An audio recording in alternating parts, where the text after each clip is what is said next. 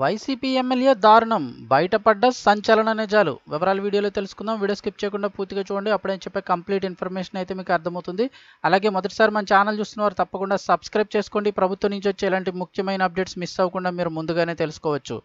అలాగే వీడియోని లైక్ చేసినట్లయితే మరింత మందికి సమాచారం కూడా చేరుతుంది. సబ్స్క్రైబ్ చేసుకోవడం వల్ల నేను చేసే ప్రతి అప్డేట్ మీకు ముందుగానే నోటిఫికేషన్ అయితే వస్తుంది. ఇంక వివరాల్లోకి వెళ్ళిపోదాం.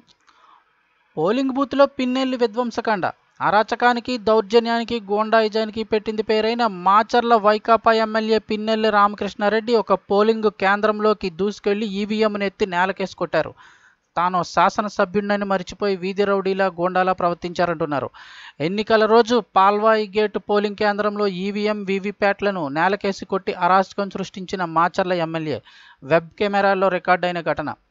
అయితే గుర్తు తెలియని వ్యక్తులు ధ్వంసం చేశారని కేసు పెట్టిన పోలీసులు వీడియో బహిర్గతం అవడంతో బయటికి రావడంతో తప్పనిసరి ఎమ్మెల్యే పేర్లు నిందితుడిగా చేర్చిన వైనం.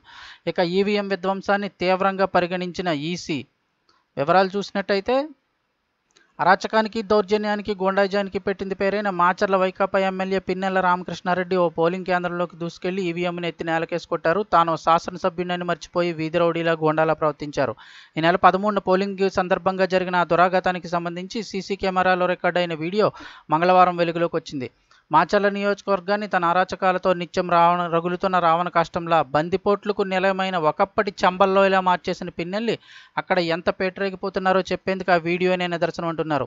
పిన్నెల్లి వంటి వ్యక్తి శాసనసభ్యుడైనందుకు సభ్య సమాజం సిగ్గుతో తలదించుకోవాల్సిన ఘటన అంటున్నారు.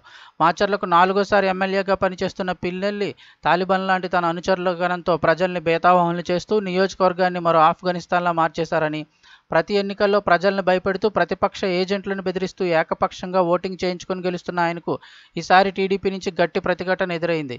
రెంటచింతల మండలంలోని పాల్వాయి గేటు తెలుగుదేశం పార్టీకి గట్టి పట్టున గ్రామం. పోలింగ్ రోజున అక్కడ ప్రతిపక్షానికి ఎక్కువ ఓట్లు పడుతున్నాయన్న ఉక్రోషంతో ఎమ్మెల్యే తన అనుచరగణాన్ని వెంటేసుకుని బూత్లోకి దూసుకువెళ్లారు.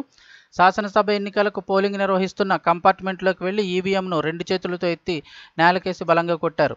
ఈవీఎంతో పాటు వీవీప్యాట్ కూడా కింద పడి ధ్వంసమయ్యాయి. వాటిని తన్నుకుంటూ తెలుగుదేశం ఏజెంట్కి వేలు చూపించి బెదిరిస్తూ ఎమ్మెల్యే బయటికి వెళ్ళిపోయారు.